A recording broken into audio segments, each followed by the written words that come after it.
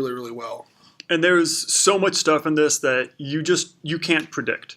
You've just got to do it. If you're excited, you've got an idea, and you think you have a project you can do, just do it. It's worth it. Go out and try.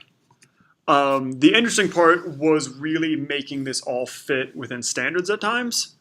I, as an environmental science teacher, have very different standards than English. I have very strict content standards. My standards are basically a bolded list of about 50 to 60 things that I have to teach during the year. Everything from climate change to layers of the atmosphere to ecosystem dynamics. And so for me, we had to look at and find a project that would check off as many of these standards as possible.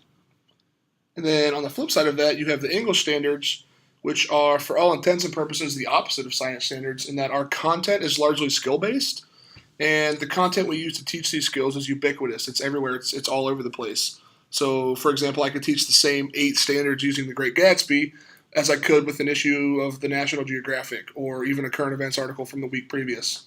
So this project fits perfectly with the direction in which Common Core state standards are kind of pushing English curriculum. So when you think about the English curriculum nowadays and state standardized testing, college or career readiness, and just life in general for our students, all of those require that they can understand, synthesize, analyze, and just ultimately read nonfiction text and just information in general. The excerpts read by our students on the reading portions of tests like the AIR test and ACT are about 70% nonfiction. And obviously, being an English teacher, I believe it's important to instill a love of learning or a love of literature, in our students.